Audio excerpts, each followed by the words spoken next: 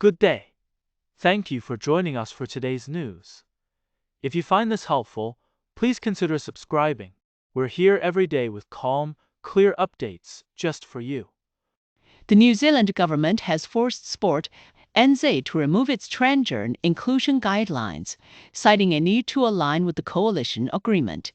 This decision follows a warning from New Zealand First Leader Winston Peters, who has threatened to cut public funding from sports organisations that promote transgenders, who has threatened to cabal.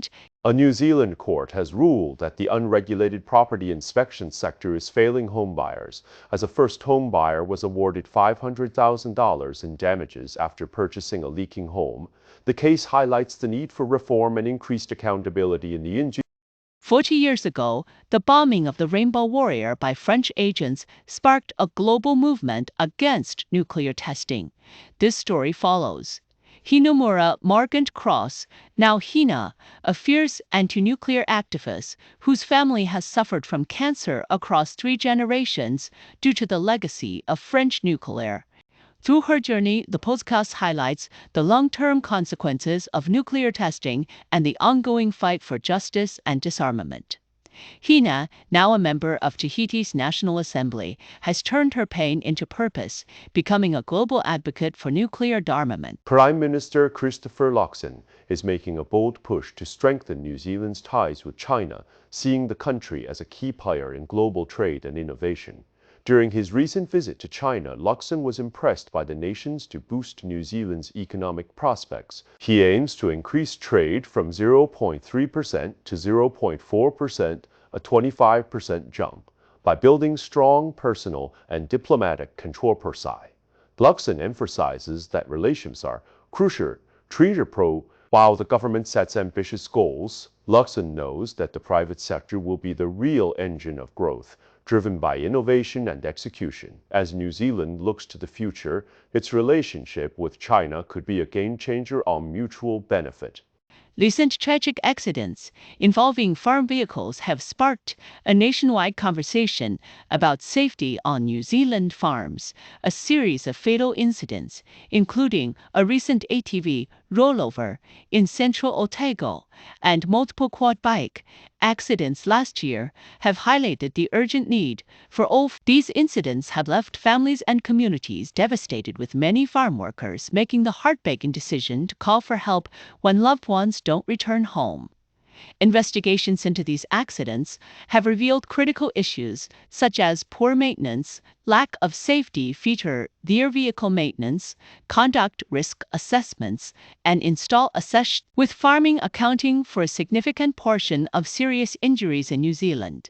The agricultural sector is a key focus for WorkSafe's new safety strategy, as the number of fatalities and injuries linked to farm vehicles continues to rise. The call for immediate and sustained action has never been more urgent. Sky TV has acquired Footyterra Channel 3, potentially reshaping New Zealand's media landscape and boosting local content production. The deal could increase competition. Deal could increase content creation. Sky's vast library of content, co-priming for audiences. The acquisition is expected to be a significant move in the industry, with long-term implications for both Sky and 3. New Zealand's food security is at risk due to rising dairy and meat prices, according to KPMG's latest Agribusiness RD. The report highlights the need for a shift in focus towards the bioeconomy and circular solutions, as well as the importance of data and innovation in the agribusiness sector. Ian Proudfoot, KPMG's global head of agribusiness, emphasizes that food security is a national security issue and urges New Zealand to take a proactive approach to ensure the sustainability of its food sector.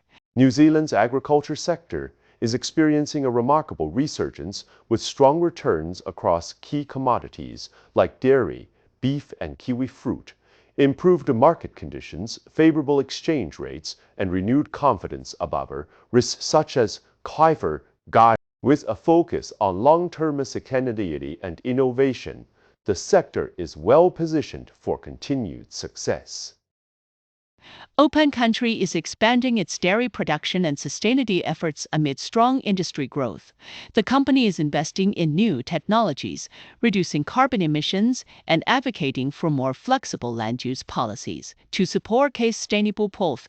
New Zealand's food and fiber sector is set for significant growth driven by global opportunities, innovation, and strategic trade agreements. The government is focused on reducing. That's all for today's news. We appreciate your time. If you enjoyed this update, please consider subscribing. Your support helps us keep going.